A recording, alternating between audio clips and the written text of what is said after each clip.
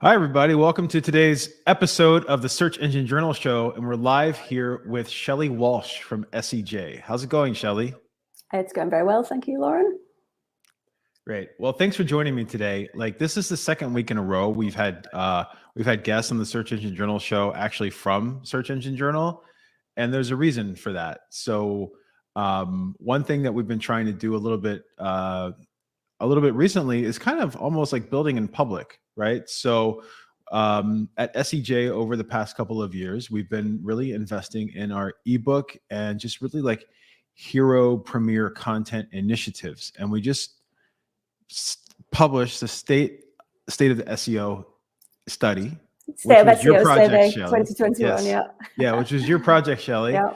And really excited to kind of share not just like the findings, but what we did, how we did it, what the benefits were, and what we could do better next time. So before we get started, Shelley, how about we introduce yourself? I noticed that you're in a real office, which is a change. I'm not used to seeing that.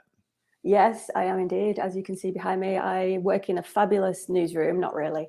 It's although I did want to hire somebody on crutches to come and collapse behind. This is Leeds behind me, if you can see. Leeds city centre. There you go. Look, fabulous view. Oh wow, looks amazing. Yeah, isn't it? Right. That's my view every day. My desk is just behind right there, and I sit in that fabulous window. So I'm right over the train station in the city centre of Leeds. And oh, have I disappeared the light? I've screwed up all the lighting. So yeah, this has actually been a bit of a lifesaver here in lockdown. Coming in here, it's kept me sane and going.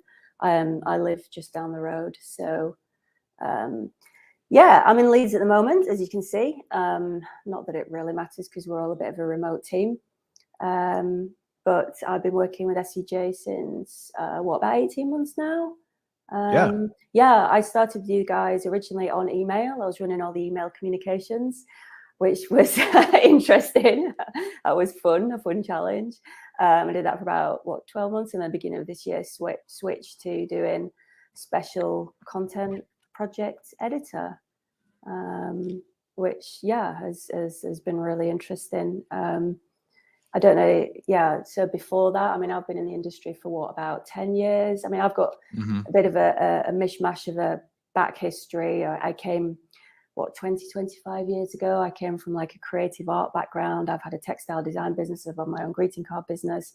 I used to be an illustrator, a designer, magazine publishing, then I got into web design, and then got into online marketing, ran a few ecom drop ship stores. So I've tried a lot of things, and then just really fell in love with online marketing. I just saw it as, like the future of all commerce. And how prescient was that? The scene as we now have the pandemic, which has kicked e-commerce down the road, 10 years? So yeah, I was obviously, I think it was a good switch getting into online stuff. What was the bridge between, before we get started, I'm kind of interested in hearing this, because when we've had meetings, you've kind of pulled out a lot of like design proofs from other companies and examples and stuff like that. Like, what was the bridge between design and online marketing, or even digital design and digital marketing for you? I think it was more of a passion of, I actually started out because I wanted to develop my own businesses, and I literally just wanted to learn how to promote businesses online, because I just wanted to know how it worked. And then as I got more into it, I just fell in love with it. I think the connection is, as I say, I came from doing design, and then I did a lot of magazine publishing. And what's quite interesting is there's quite a crossover magazine publishing, especially with online content. A lot of the old rules of marketing and magazine publishing really do apply.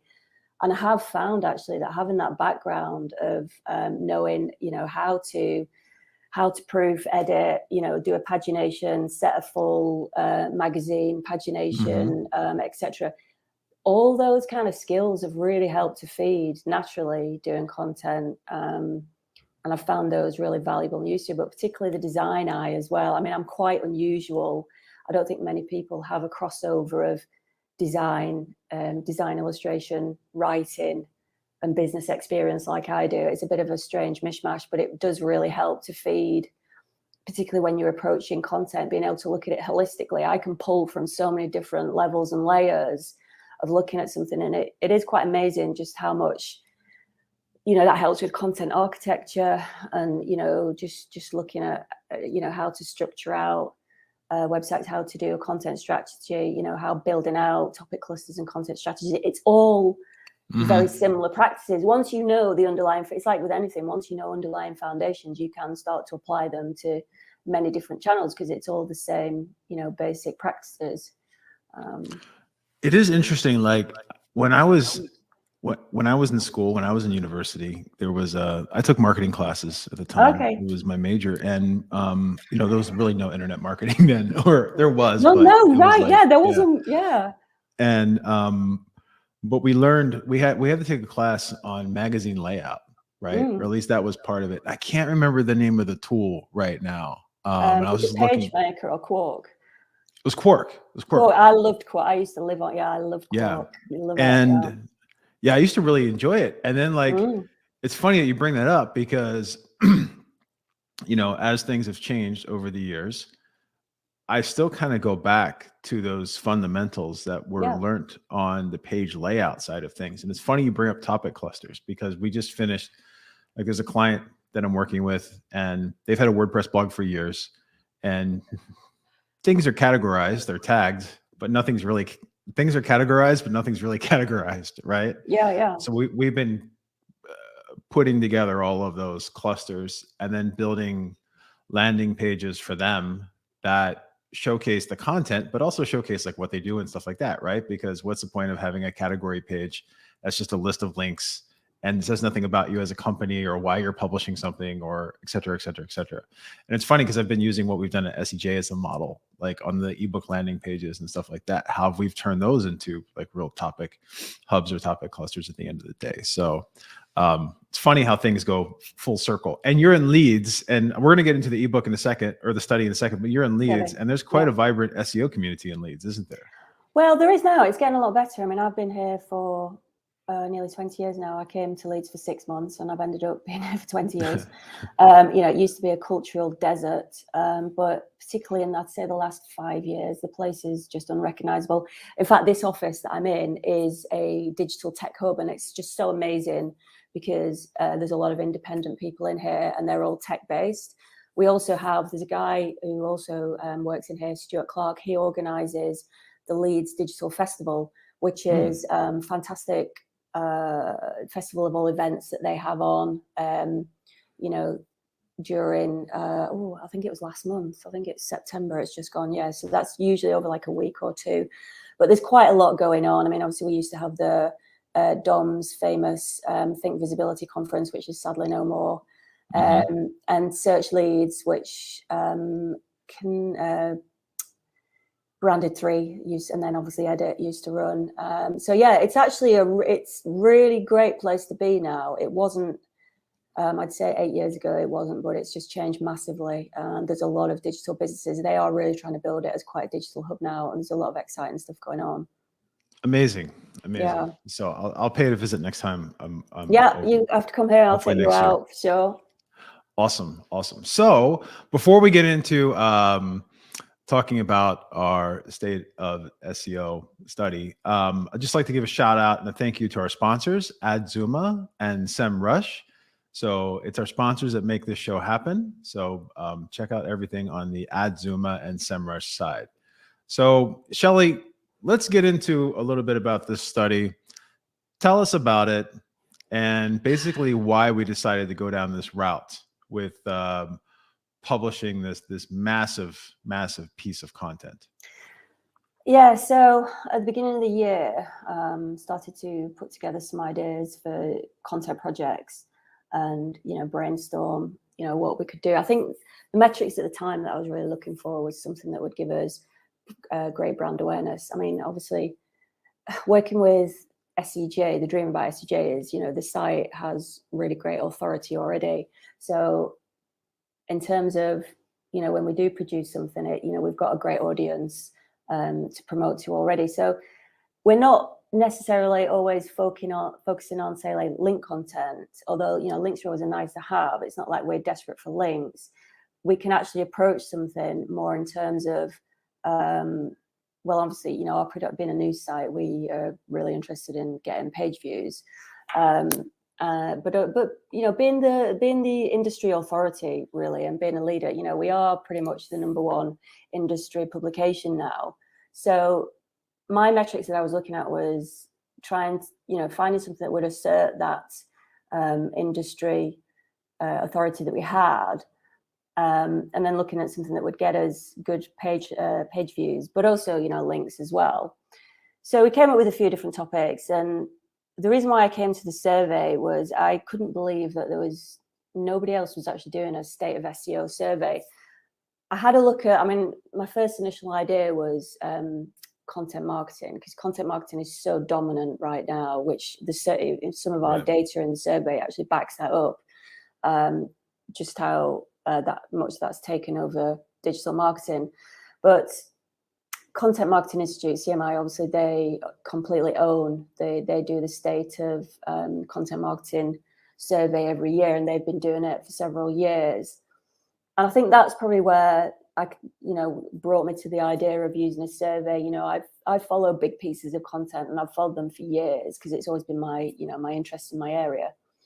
And so looking at that piece, you know, did a lot of research around it, and I realized that, you know, there was this gap in the market here for the State of SEO doing an all-encompassing SEO survey. And I thought, I can't believe nobody else is doing it. And, you know, really it is for us as the leading publication to step up and own that. And it just seemed like, you know, the perfect fit for us to do.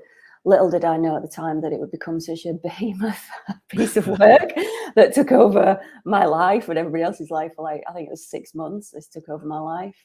So it was quite a relief to get it published last month.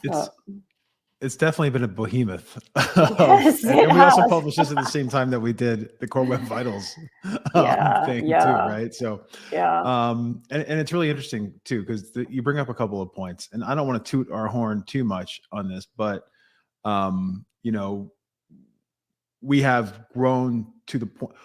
One of our goals, obviously, is to not just cater to the small business or SEO consultant, but also on the enterprise side and digital marketing and marketing as a whole, right? So we did identify a gap in the industry, which was these Coopinger-Cole / Gartner style studies and, you know, ebooks and white papers that are published that can communicate kind of up the chain, up the ladder, have influence on the HR side, have influence on the hiring side, have influence on you know, the C-suite or the executive suite, as well as be helpful to those that are just entering the space. So one thing I really liked about this was it pretty much appeals to everyone. So do you feel that putting this together, we achieved what you had set out to achieve originally? Well, I mean, I was just going to go back actually what you were saying. I mean, I've been a big fan of surveys for a long time for, you know, online content campaigns, because I think they just hit so many levels. You know, particularly having unique data is always a real plus point. And one of the real benefits of collecting unique data is the fact that they are natural link machines in themselves, you know, because it's the natural citation. And you know, they can benefit so many different levels of businesses.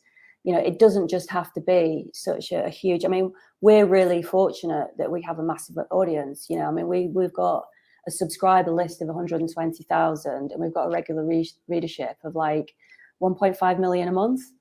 So, you know, we're in a really strong position there. But for another smaller company, you know, they're not going to have that kind of level of reach. So they wouldn't want to go for such a big, you know, we can reach like the enterprise level because, you know, that's the level where we're at. But say for a smaller business, you know, sat there now listening to things, thinking, well, I'm just a small local business. How could I even possibly compete? Actually, you know, what you could do is it's just about looking for subsets and going down the level. You know, we can own SEO because we're big enough, but for a smaller business, you could go down and, you know, for example, you could look at, if you're a local business, for example, or instead of like doing local SEO, you could look at a really small subset of that. And how was local SEO impacted on local bricks and mortar businesses in my area that had to pivot to the pandemic? You could go around talking to businesses in your area, you know, do a survey And then something like that would get coverage locally, you know, because you'd have something, so you'd have something unique. So surveys are, you know, very adaptable on many levels of, you know, how they can work for people. So in terms of what it actually did for us is, so what we did actually achieve was, I'll just read through, actually, I've got a couple of stats here, just looking at on screen. Absolutely. We got a combined collective. So our main target was originally, we wanted 1,500 responses, which, you know, I thought would be, I mean, I've done a lot of surveys before, and sometimes, you know, you're scratching around with thinking 500 responses. Really, ideally, you should have a minimum of like 1,000 responses to make it statistically viable. But, you know, like for really small companies, you know, sometimes just a few hundred responses is a good thing. So I set a bench of 1,500. And we absolutely smashed that and got 2,830, which was quite, it was, you know, not necessarily a surprise, but it was a really good thing, because it meant we actually had a massive amount of data to play with. And why it was so good is I could sort of segment and filter down in that data and do lots of really interesting comparisons. So we had so much more to play with than I originally thought, that I was able to take a lot of insights out of that. And as I say, you know, making comparisons like between B2B and B2C, comparing agencies to in-house, etc., was really great for us. So out of the survey, I pulled out several articles which were published on the site. So a few of these stats are actually a combination of all the articles on the landing page for the report. We got 75,000, and this was published on, was it the 7th of September? So these stats are over the last, 5-6 weeks. We've got 75,000 page views. The social media impressions are coming in around just under 200,000. But the surprising result was, I say surprising, but we got 932 referring domain links. Now, that's not actually links, that's just referring domains. And just as a note, they're all natural links. Not one of those was, you know, we've not done any link building on this or really any encouragement. They're just natural link citations, and that's just after 6 weeks. And I think, you know, just under 1,000 links is like any link builder's dream, really. It's pretty impressive to say we didn't even try to do any actual link building. Yeah, I like telling people that the one link building tool that we have is our publish button. So yeah, we hit the publish button and buys links, or not. Oh, sorry, I didn't say buys. It builds or attracts links. So, yeah, we didn't buy any of those links. At the same time, what do you think really resonated to get that kind of pickup and linking? Because I was going through the backlink portfolio from this piece and just conversations on social. And I did see, and I was even pinged by a couple of people that I know that are outside of the world of SEO. So what do you think were the hooks that really led to conversation and I guess sharing and coverage of this study that people may be able to learn from if they're publishing something on their own? Oh, well, I mean, again, we're really fortunate that we've got really robust quality data, because of all the responses that we got were from our audience. You know, we didn't have to actually buy any responses, like, for example, say from Polefish. You know, so we know we've got quality of data. Now, actually, we took the survey, as I say, we had so much data, I actually broke it down into almost several mini surveys. One of the first pieces that I pushed out, I think it was in July, so it was well before we published in September. And I kind of did a bit of like, I did a few teaser pieces. And now I knew that data was going to do well, because I mean, I'd already played on site with, I think I did the emoji in the email data piece last year, which performed really well for us. Yep. So the piece that I pulled out in July was about SEO salaries. That, out of all of them, I think that really resonated the most. I mean, that one page compared to the others in content performance. For example, I've got just looking at the stats here, you know, that one had considerably more, I think it's something like 32,000 page views based on an average of like 8,000 or 9,000 for the others. Although, I mean, that has been published longer, so obviously it's going to have more page views. But I think that just seemed to really resonate with people because, you know, I think a lot of the data that we had really helps people to inform their kind of day-to-day. And this was the approach that I wanted to take with the survey. You know, the big idea originally, you know, when I scoped out the survey, you know, when I'm doing a scope of work or a piece of work, I like to do a look at, you know, the what, the why, the who, the how, and the big idea.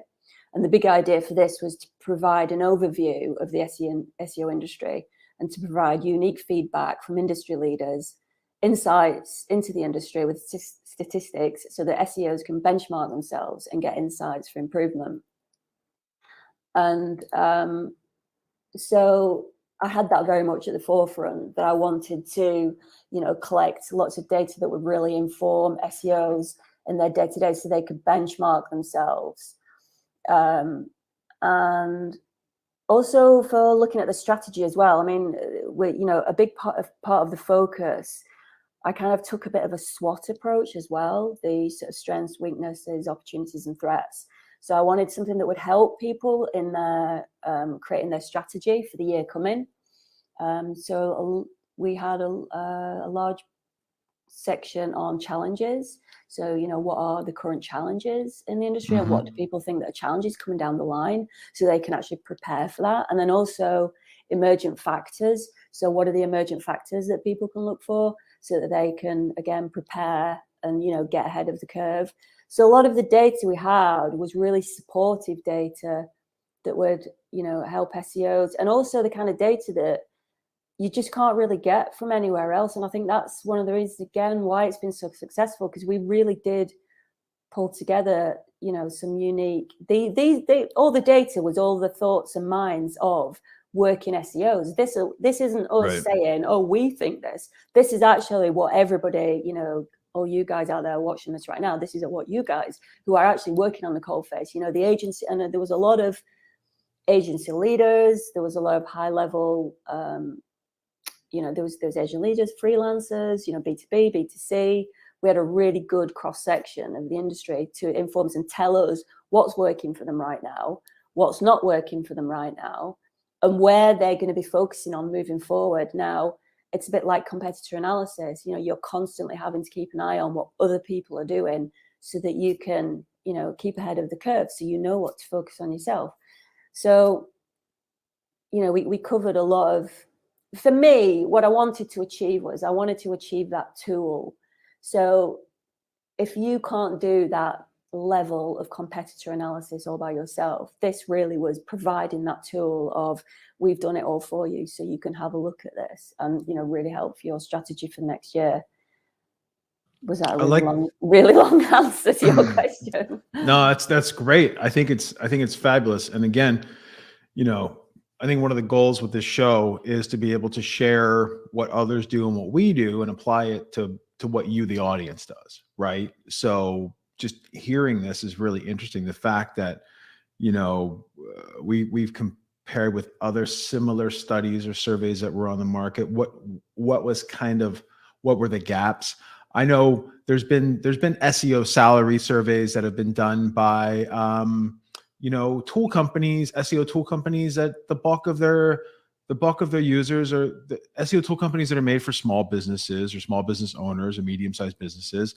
And a lot of the times when those results come out, it's like, what? That salary's so low, like, you know, and et cetera, like, and people get upset about it. And there's Twitter wars. So the fact that we were able to hit a broader mix, right, across the board, between agencies, in-house, whatever it may be, I think that leads to that a lot. And it also gives a very, I guess, a more holistic view of what people are looking for or dealing with from a challenge side as well, right? So I think that makes a lot of sense on that end. So, you know, it's not just all about numbers, but it's about really hitting the right people. And one question I have for you is, you know, we feel that that you've put out a very successful endeavor, especially the first time we've done this.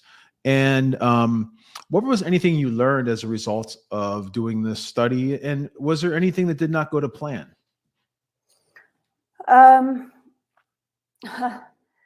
So yeah, I think the main thing, well, there's a couple of things. I mean, obviously one of the main things internally, which is not really going to impact everybody else, but we learn internally, never try to put out 2 huge projects at the same time.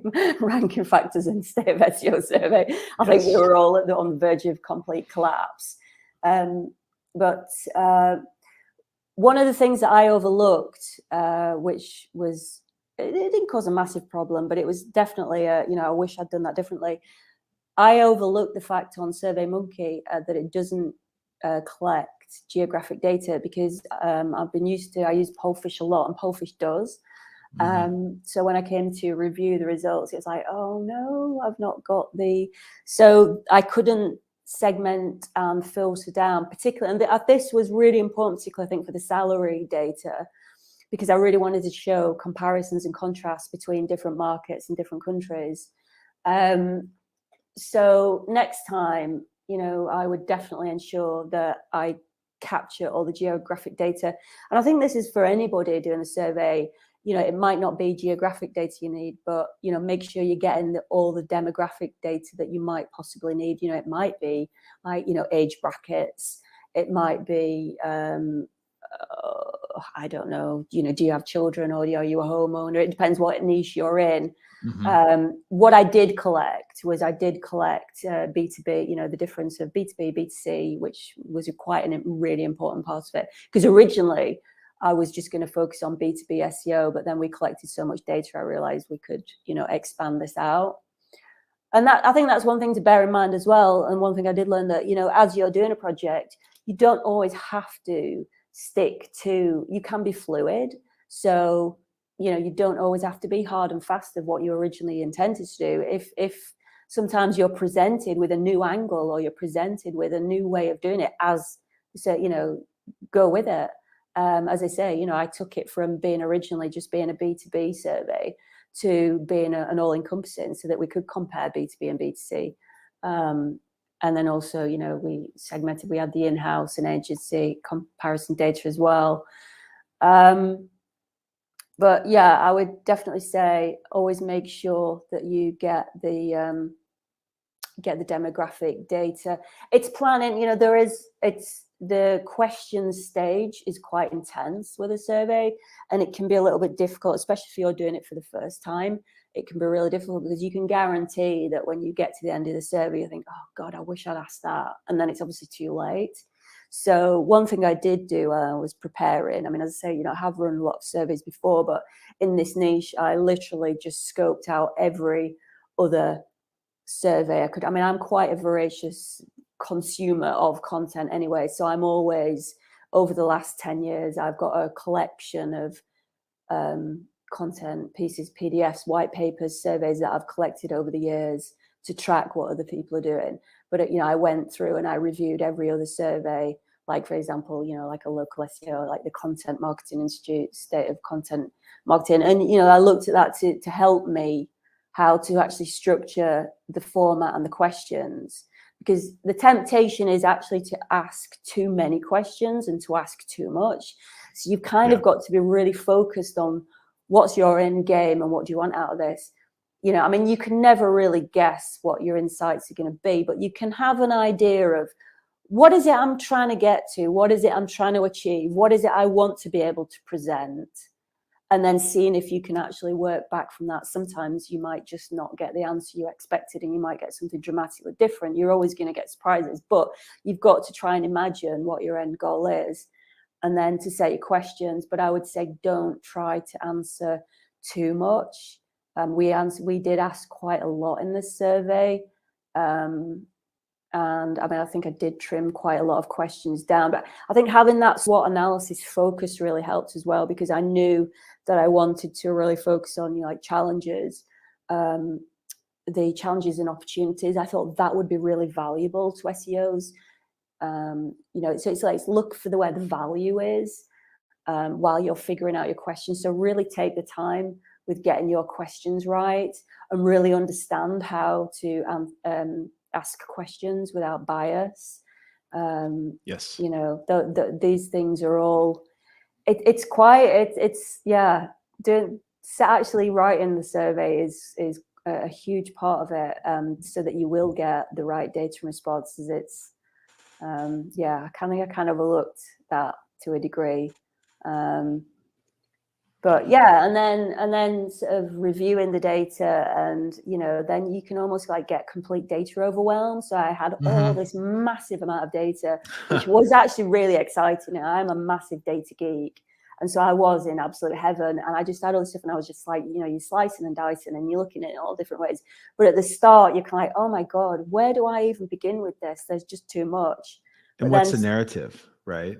Because yeah, the narrative finding can a narrative, change. yeah. You may, and I've done this on the client side. Like we'll put together a survey, and we think it's going to back up like something that we're trying to push on the client side, but then the numbers come back almost completely different. Yeah. So then it's like, well, how do we, like, we thought it would have been a lot higher number, did X or Y during lockdown, but it's actually 10%. So, you know, what's the narrative then? Well, the narrative is like 90% did not do this thing that you thought, you know, and just trying to pull that into something. And there's something that you brought up a couple times, and a couple points that you made that I think really reinforces the value of building your own audience, whether you're a company, e-commerce, whether you're a publisher, is that if you're an e-com or you're a publisher and you're building up an email list or a customer list, you can revisit that in more ways than one. And I always hear about like building custom lookalike audiences or lookalike audiences in Facebook and what you can do with your newsletters there. But you bring up a couple solutions in Pollfish and SurveyMonkey, and also Google Consumer Insights or Google Consumer Surveys, which are not cheap, right? So if I'm running a Google Consumer Survey, which are basically those surveys that appear before you're trying to watch a really cool YouTube video, like on our SEJ show channel, and it's a very simple question, like, you know, what's your favorite streaming service? You know, Netflix, Disney Plus, Paramount Plus, whatever. That's fine. Probably costs about 15 cents, 20 cents per answer. You can scale that out. The results come in fairly quickly. Now, once you add a question like, do you own a home? Then that cost per response skyrockets, 75 cents, $1. You ask another question, as you add logic to that sequence, not only does the cost go up, but the time it takes to populate that data increases as well. So if you're doing a really simple question, like a one question, you can get those results in a matter of days. If you're shooting for like 500, 750, whatever. Once you add questions and logic to that survey, the cost per question comes up, and those 2 to 3 days can turn into a week, 2 weeks, 3 weeks. So it just takes more time and resources and budget to be able to get that data that you're looking for. In this example, and I'm hoping that any of you that are listening or watching are thinking about how you can leverage your own audience. In this example, we leveraged our email subscriber base, we leveraged our social channels, we leveraged connections through social, we leveraged everything else across the board, and we utilized a tool like SurveyMonkey, where it's a lower price point to set up the survey. If we were to use SurveyMonkey's distribution, then that would have led to Google style costs.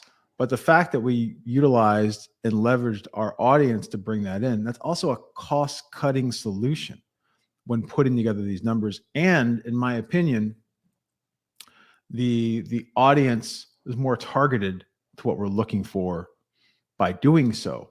Whether you're utilizing your email list and your audience as a core, or whether you're utilizing that to find people that are similar to your audience, because I know we promoted this and helped to build our new email newsletter, et cetera, et cetera. But I think really at the end of the day, that's a testament. Like Facebook going down for a day a couple of weeks ago was also a very good testament in terms of the power of your email newsletter, because you could blast people that day. Hey, Facebook's down, but we're up and we're having a sale right now, you know. But but other ways to leverage it. And I think the survey example is a great example on how to leverage your audience, right? And like when we do a webinar, we'll do a survey at the end of the webinar for the people that stay around. When someone purchases a product, or when I subscribe to so many e-commerce newsletters where all they're doing is promoting. Hey, we're having BOGO this weekend. We're having this weekend. We're having that this weekend. All the time. SMS notifications. Hey, do you need 25% off this item? Like, no, not really. But I'm wondering how the response rate would be if you're just asking your audience a simple question, right? Or asking them to take a survey, or giving them a gift card or something if they take the survey. So what are your thoughts on that matter, on like leveraging your own audience versus utilizing others?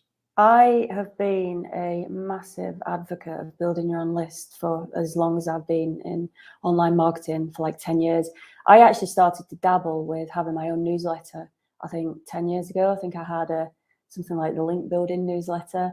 And then I built that into, I'm trying to remember what other ones. I had one called Creativity 101. I think at the best point I got up to a few thousand subscribers, and I used producing like my own ebooks and gated content to build that list.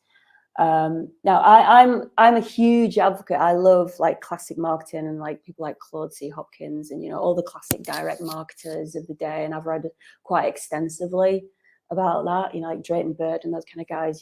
These guys are amazing. They really know what they're doing. And again, it's the classic marketing rules that are now applied online. They work. And I'm trying to think, there's a really famous quote about a guy who used to say that he would literally sleep with his database, his email database, like on disk under his pillow. So like if his house burnt down, that would be the one thing he said, because that is where the money is, in the list. And it's what everybody says. And I've always been really focused on, build your list. It is because once you've got that one list, you own it. Nobody can take it away. I mean, years ago, I don't know if anybody remembers, but it was about 10 years ago. And if you remember Love Honey, they're an adult. I don't know if they're in the US, but they're UK based adult. Yeah, they're a UK based, and I followed them quite closely. I was doing a bit of work in that space, and I followed them really closely. And they got banned from Facebook, and it was really interesting because they managed to pivot that. And at the first, it seemed like a really bad thing, but they turned it into a real benefit because they actually developed a forum on their site and they built a community. So this was like, as I say, like 10 years ago, before people were really, doing this kind of thing. And it worked out in their favor because they owned it then, and nobody could switch it off for them. And like you said, Facebook goes down, you suddenly, boom, you switched off overnight. It's like the worst thing you can do is building something out of your control. So if you have your email list, you can then, engage with them, and you own the conversation, you control that conversation, and you can also keep, if you're a hardline marketer, you can keep reselling to them over and over again. Obviously, as long as you're, giving them value, so that they don't unsubscribe. But yeah, so an email list is, not everybody's fortunate to have a big email list. But even, just going back, you were saying about asking a simple question, one of the amazing channels we do have, like with social media, you can ask a poll on social media. I mean, you might see now, right, that it's suddenly become Twitter polls have suddenly become really popular, and everybody's, seems to be running those, I think probably the last 12 months. So, for any business on any level, you could just try running like a small, poll on Twitter or something like that. You could even just, promote it, right? So that's one way of just, starting on a simple level, simple basis. Or there are the platforms such as, Pollfish, where you can buy in. Just as a comment, with the SurveyMonkey, we didn't buy any responses. We didn't need to. Right. But we started out originally on our list, just trying to get people to engage with the survey. And the one thing that really helped stimulate responses was we did offer an incentive. We offered, I think, Amazon gift cards, and that did work really well, and people really did respond to that. What was interesting, when we were running the survey, I did notice suddenly it just seemed like everybody was running surveys at the same time. And there was another company, I think they were offering like free socks or something.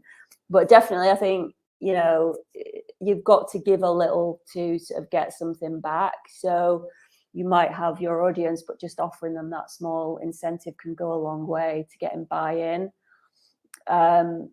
You know, because you've always got the danger. You can buy your responses, like say from Pulfish or SurveyMonkey, but you know, there's always the danger of, number one, if you're too niche, there might not be enough of a market out there to answer the questions, or you might not be getting really good quality data. As I said, you know, I'll go back to what I said at the beginning. We know and we guarantee, you know, we have got really robust quality data because it is from our audience. And, you know, we haven't had to buy in any data. Yes, we offered a small incentive, but we can still see by looking at the responses that we've got that it's not just somebody who's just gone through and like click, click, click, click, click, just to get, you know, the incentive entry. We can see that the data people have taken the time to answer it. So I'm sorry, Loren, I've completely forgotten what your question was. No, that's cool. That's cool. No, I think we were just talking about like the power of having an audience, yeah, and everything it's else. all in the audience. Yeah. And to your point, one point that you made too is that I haven't dug in the SurveyMonkey myself. Was setting up a survey for a long time, but I would say that SurveyMonkey's UX is probably a little bit more, let's say, our generation. When we look at Pollfish and then Typeform, they have surveys that are set up that are a little bit more interactive in terms of utilizing GIFs and images and things like that to answer questions.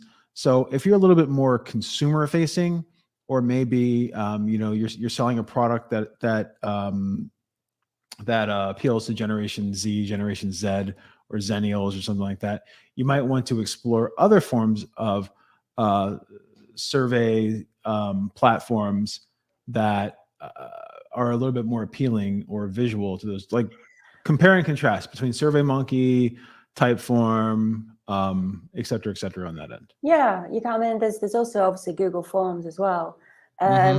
You know, they all have their slight nuances. Yeah, maybe I'm old school and I do like SurveyMonkey, but you know what, SurveyMonkey is quite really customizable, and yes, it is really powerful. One thing I have actually found with, you know, like say Typeform particularly is like pretty slick, right? So they've got that really fancy kind of, you know, the way the questions load. But one thing I found about that, I sometimes find the usability not that great, because it's just like sweeps in, you know, like one question at a time. And then sometimes you might answer and think, oh, you know, I'm not too sure. You want to actually go back and review. And there are different ways to set up SurveyMonkey where you can do your questions in sets on one page before you move to the next page, or you could just have one question per page. You know, it depends how big your survey is, whether you're, as I say, you're doing like in sets, or you might just have all questions. You're just in 5 questions. You have them all on page. Typeform is a little bit. I sometimes find it. I know I have noticed some other companies using Typeform for running surveys. Personally, I do prefer SurveyMonkey. I actually think the UX is a little bit better and clearer and easier on it. Sometimes I think that actually throwing interactivity can get in the way a bit, and sometimes people just throw JavaScript just because they can, and they can make it look really fancy. And you know what? I have built loads and loads of interactive pages of content. That was my thing for years and years, right? So I've built I've done the parallax scrolling, I've done like the fancy API maps, I've done the you know, pages that load with all the bells and whistles, and it's all really exciting. But at the end of the day, one thing I have found, what it really all comes down to, you only get results if you've got the quality of data. It actually doesn't matter. Bells and whistles and fancy JavaScript and interactivity do not matter. What really matters is that you either, you know, if you're producing content, that you nail your concept and you've got a core, really strong concept of value and of interest to people. If you don't have that, you can make something look as fancy as it wants. It's like putting lipstick on a pig. It's still a pig at the end of the day. You cannot make something. So with the survey forms, I kind of feel the same way. I'm actually really going back to, I like basic, and I'm actually even like the way content's presented, I'm preferring now that it is a little bit more removing distraction, and then, you know, so the same with a survey form. Don't try to distract people too much. Keep it simple, you know. SurveyMonkey way forward. I should be on commission, SurveyMonkey, if you're listening. I know. As SurveyMonkey may not be a sponsor of this SEJ they're really show, they're not. But SEMrush and Adzuma are. So thank you again, yeah, SEMrush and Adzuma. I used to work for SEMrush, so. Yeah, you did. Yeah. So you also bring up a good point. I think I'm going to take that snippet of you discussing the bells and whistles and JavaScript and everything and send it to all my e-commerce clients, because every time I look at their sites, they add something new, like a new layer that's unnecessary, completely unnecessary. Yeah, and just slows the whole thing down, and then wonder why the rankings I was so caught up with this for so long. I mean, I think it just comes from my background of being like a designer and illustrator, and I was so obsessed with making things look really fancy and beautiful. And like I say, I started out with the whole, you know, doing parallax scrolling pages and CSS animation, about 8-9 years ago, and doing all this fancy interactive stuff. And I was like, wow, you know, we've got to make it look really cool. And then I've kind of like come around, and it's quite funny. I've been doing a lot of, I've watched a lot of really interesting stuff recently about rendering, and I watched the brilliant Martin Split, the webinar that Anton did for Duda, the Martin Split and Bartos. Yeah, that was such a good webinar. And also I was reading about, like, I've been reading about how, you know, the waterfall, and, you know, how content loads on a page, and etc. I've been really getting into this recently. And I think it's just suddenly that realization of, JavaScript, actually, it's sometimes you're putting it on there and it's just getting in your own way. And I think I'm coming back a little bit more to the purist minimalist. And I'd be interested to see, actually, if I've got a theory that maybe web design trends might go back a little bit more minimalist. Because, you know, do you remember, like, the Hero, the big, I think it was Fast Company, was one of the first companies that did that big, huge, let's have the big hero image, and let's slow down everybody's page loads to, like, you know, nothing. So, but I see people moving away from that now. So, yeah, that's definitely one thing I noticed. I'm not sure if it was a result of Google's just overall performance and usability updates over the summer or not, but there are some very stripped down sites that I saw launched in the spring that skyrocketed during that. And a lot of them are so stripped down, they look like something that you would have read in like 1999, 2000. It's pretty amazing to see that. And do you follow Brian Gardner on Twitter by any chance? Brian is now at WP Engine. He used to be part of Copy Blogger. He is all about minimalist design and WordPress themes and templates. And I think his template is, I have to look it up, but I want to say, no, Ghost is another CMS, but I'll have to look it up. But anyway, so he's all into the minimalist thing, and it's totally, like, I have some projects that I just want to launch on. They're completely minimalist, like Shopify default templates and things like that, just to see like how they perform at the end of the day. Because I think people get in their way sometimes. Especially people get in their own way.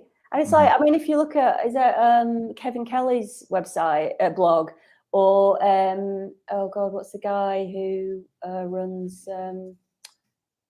I've forgotten now. You know, like, I don't know if you've ever looked at Kevin Kelly's blog, but again, it's like this really minimalist. It's like a blog from about 15 years ago, but it actually really works. And I think Seth Godin as well has a really, really basic blog interaction.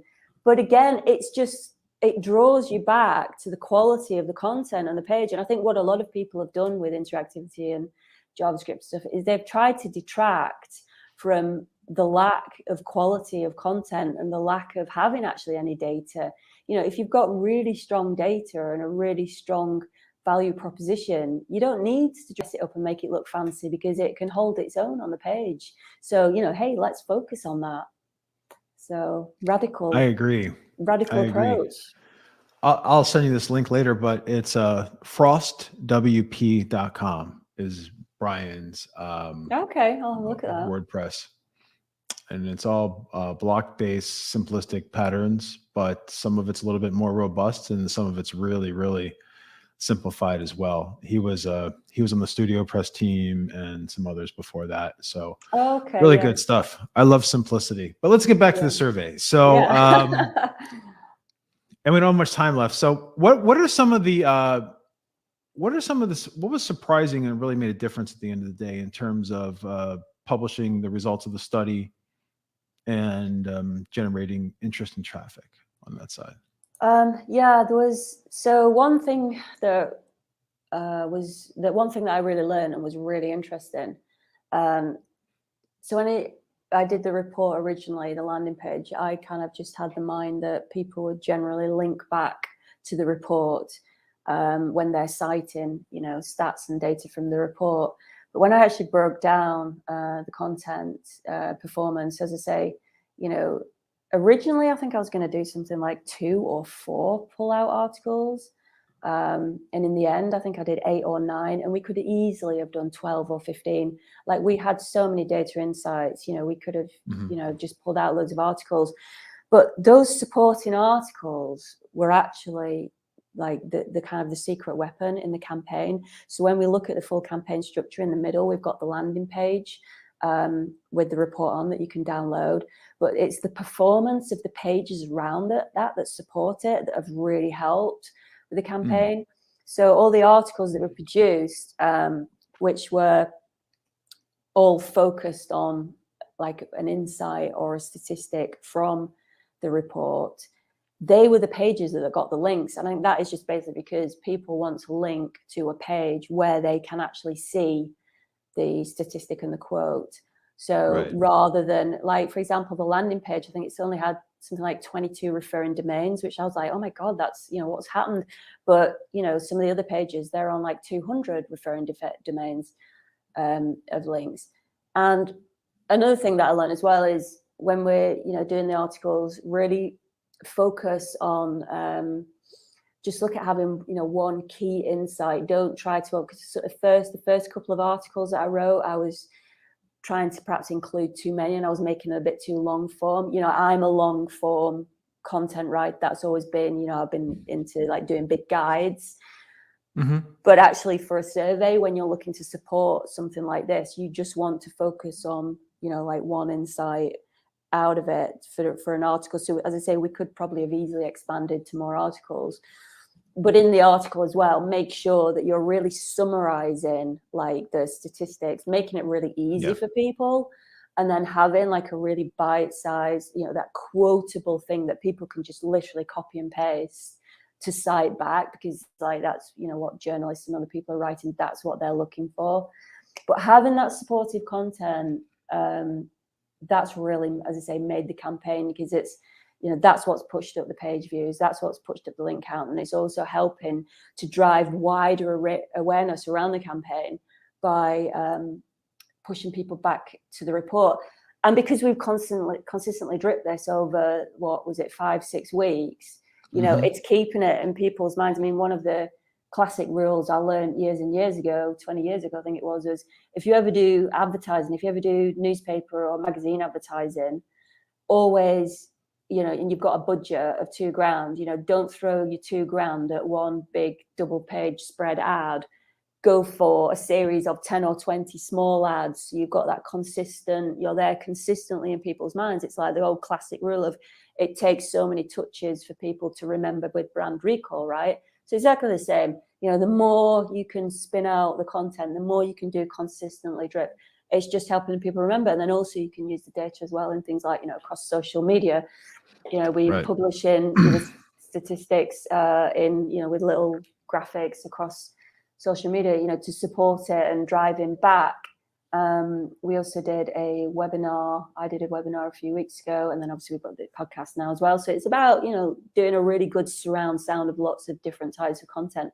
But those articles, I was actually surprised at how well they performed compared to the actual report landing page. And, you know, I wonder, would it have been as successful if we hadn't have done that?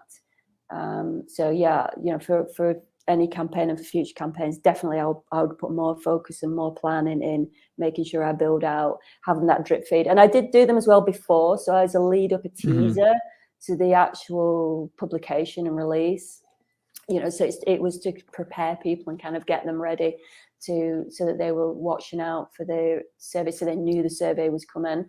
And as I said, that first piece that we published in July was actually one of the most popular, the salary report. That went really, really well.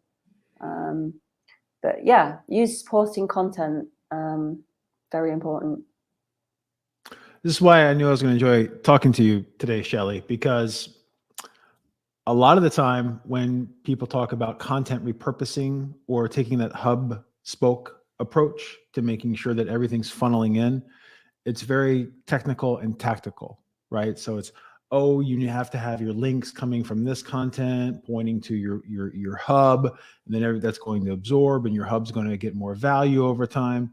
But you brought up a concept that I typically don't hear when we're talking about content repurposing, and that is brand recall, right? And treating it like a drip campaign at the end of the day, which we have. And it's kind of an intangible as well. Like I know at the SEJ side, we try to measure our brand power, right? Year over year. Like that's a KPI or whatever the acronym is. Goal. It's a goal. And so that brand recall approach where you are where people are, right? So you're seeing the brand and the authority behind the brand shared on Twitter, shared on LinkedIn. You're seeing people maybe send in the emails. You're getting it as part of the email newsletter. You are people. There are multiple touch points along that journey, which helps with loyalty. It helps with maybe the conversion rate of oh, here's the whole. I remember they posted something a couple of weeks ago about this. Here's the study. Oh, let me download it right now. Oh, I really want to read the entire thing, right? So it helps with that across the board. So I'm glad you bring up the brand recall component of content repurposing, because you really don't hear it that much. And we try to repurpose everything, to your point. Like, yeah, you did the webinar. Now we're doing the podcast. Then we're going to transcribe this podcast. Then we're going to put this out on audio. So it's just having that ever churning cycle of recreating content and then marketing that at the end of the day is very important as well. And it's a huge takeaway. I know there's a lot of AdWorld's going to be next week. And I know there's a lot of presentations on AdWorld just about, hey, you invested in this content. How come you're not promoting it? Right. So it's good to see that we're walking the walk as well as talking the talk. Yeah, I think just one thing I really want to say though is I think what I love people when they look at repurposing, they are literally just taking one concept and they're just rinsing it across different channels. What we have done is we have actually every different channel we've actually twisted it and done something a little different. So every single one of those articles was a different insight and it gave different value. The webinar that I did was we talked about the emergent factors and why they're important. So we put some opinion on that. And then the podcast that we're talking now, we're actually taking the approach of how we use the survey as a content marketing campaign. So it was a bit meta in a way, we're talking about how that's worked for us. So all our touches have been a little bit different. We've not, I think a lot of people, when they look at repurposing, they are literally just regurgitating the same thing just on different channels, which, it's one way to do it. It's one way to reach different people. But try to think about something different for each channel and approach it in a different way so that it's giving people a reason to check out all the different channels and, giving sort of a slight different approach. But yeah, brand recall, again, it's all about classic marketing. And I've been saying this for a long time. Maybe it's just because I'm so old. And when I started out, we didn't have, I barely had a computer when I was at uni. And it was, there was barely websites or digital marketing or anything. So I came from that, chalk and slate approach of, there actually being an offline world. So it kind of gives you a different approach to look at things. But I think it really helps to get out. Sometimes you get a bit too fixated on just doing it because it's digital.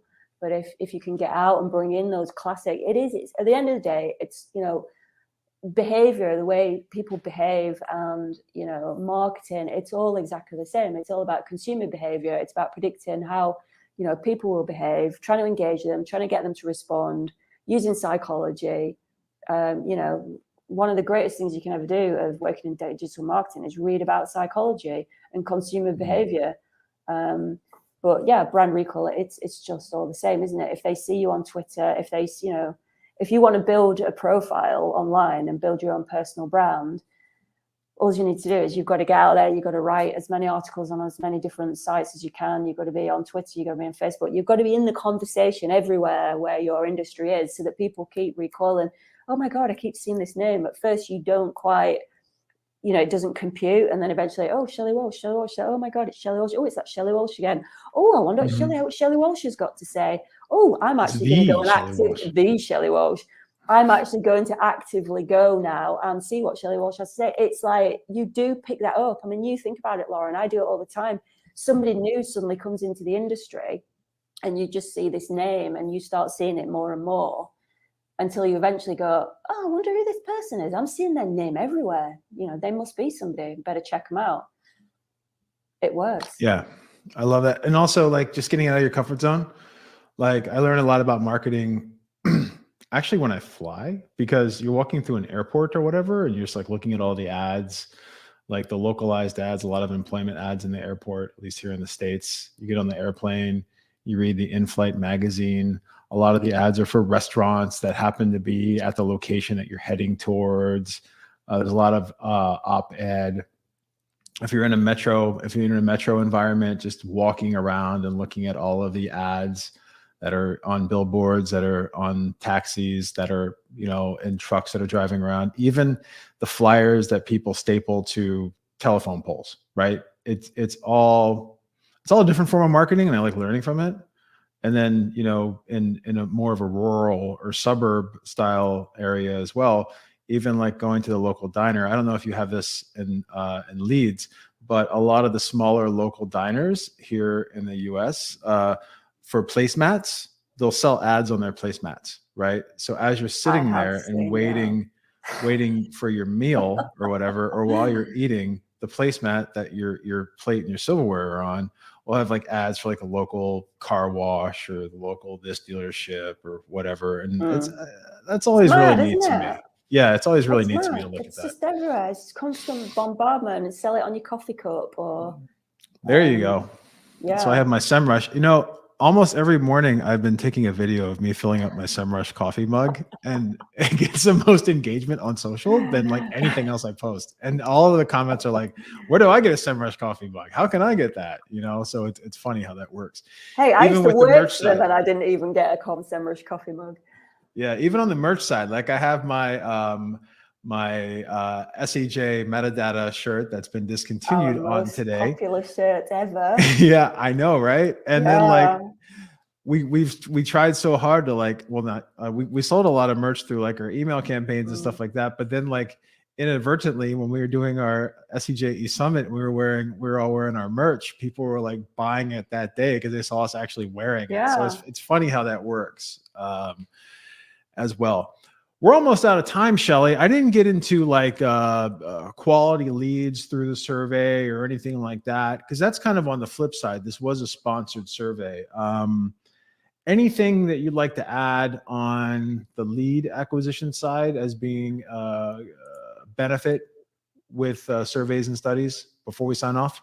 Oh, gosh. I mean, yes, ultimately our predominant focus was, getting quality leads in, and I can't obviously share actual data on leads, but I just suffice to say that we did set a goal internally of what we wanted to achieve, and we did really smash that. The content has performed really well for us on all levels and brought in some really great leads.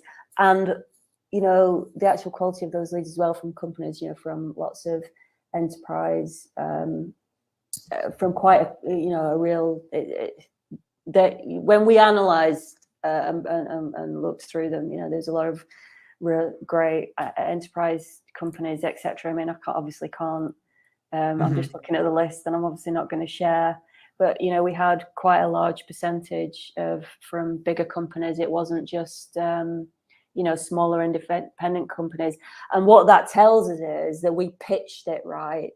We pitched to our audience. So we are reaching the people we wanted to reach, which, as we said, I think right at the beginning of this podcast, was we did want to hit a lot of enterprise and bigger agencies, etc. So to get those leads, if I'm just trying to think how to phrase this. If you really want to focus on getting the quality leads, I would ask yourself a few questions before you actually, when you're planning out, you're thinking of your idea of what you want to do. And I'd say, ask yourself, what's going to help your audience and what's going to help them actually support their work. I think that's where you can really offer value to people. What's going to make their job easier. But also, really importantly, what level are they at? So, I talked earlier about small businesses. They would be on a very different level to, for example, as what we're pitching at, a small business enterprise or, small local business. So know who your level is and make sure that whatever topic or whatever content you're producing is pitched at that right level. And what insights could you find with data?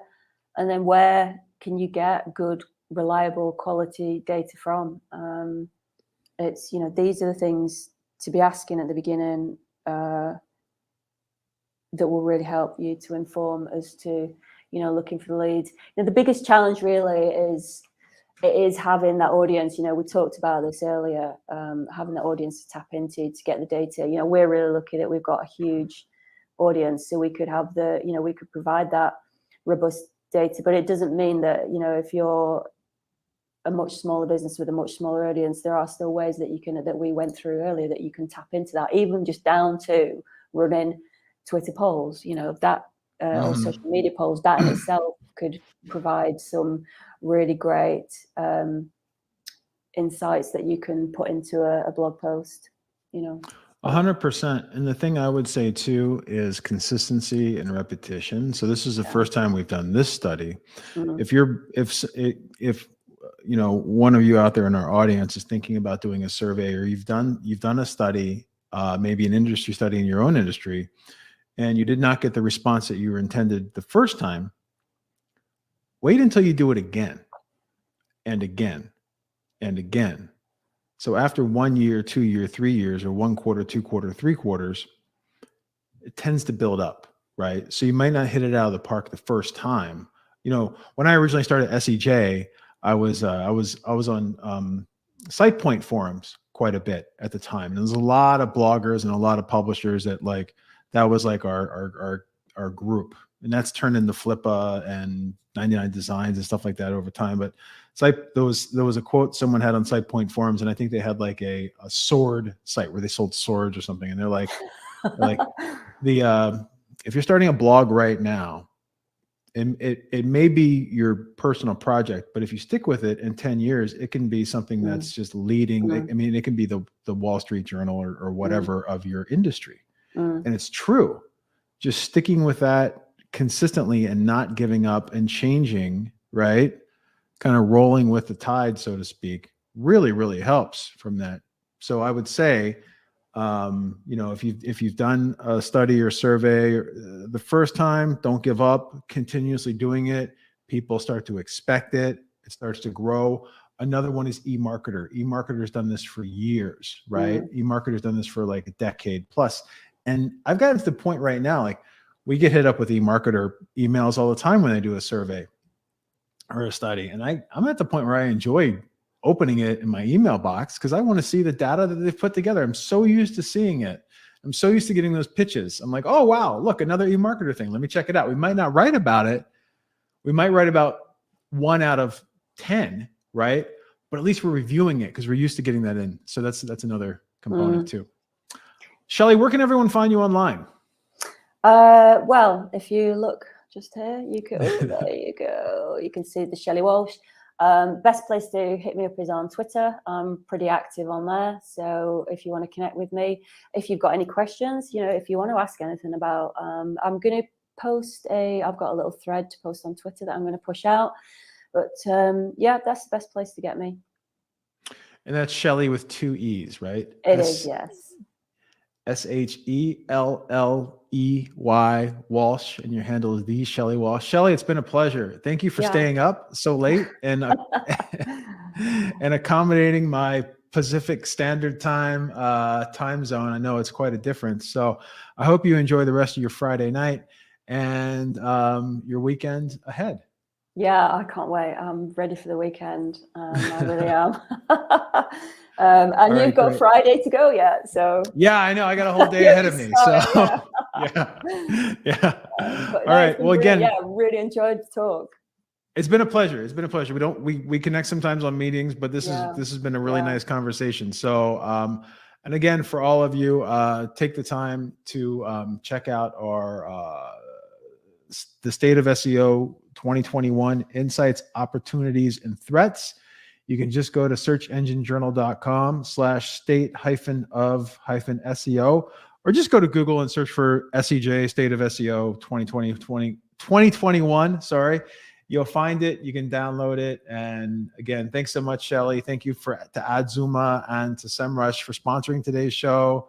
It's been quite a pleasure. And thank you to all of you who have listened, watched. And if you're on YouTube right now, don't forget to hit like, hit the subscribe button, and ring the bell, because you'll get more of the SEJ show brought to you on a weekly basis from the team at Search Engine Journal. Again, Shelley, thank you so much. Thank you to everybody. Have a good day. Take care.